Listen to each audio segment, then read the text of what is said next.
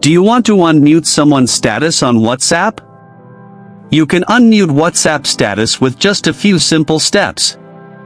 Before we begin, please like this video and subscribe to our channel for more tutorials and tips. I've also included some helpful tools and apps in the description, so be sure to check them out. To unmute someone's status on WhatsApp. First, open the WhatsApp application on your mobile device. Once you're in WhatsApp, tap on the Updates tab at the bottom of the screen. Now, at the end of the status list, you'll see a muted section. Tap on Muted to expand and view all the muted contact statuses. Now, find the contact whose status you want to unmute.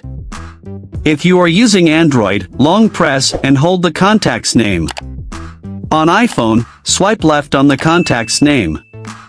A pop-up menu will appear. From here, tap on Unmute. Now, this contact's future status updates will appear in your main status feed again, just like before.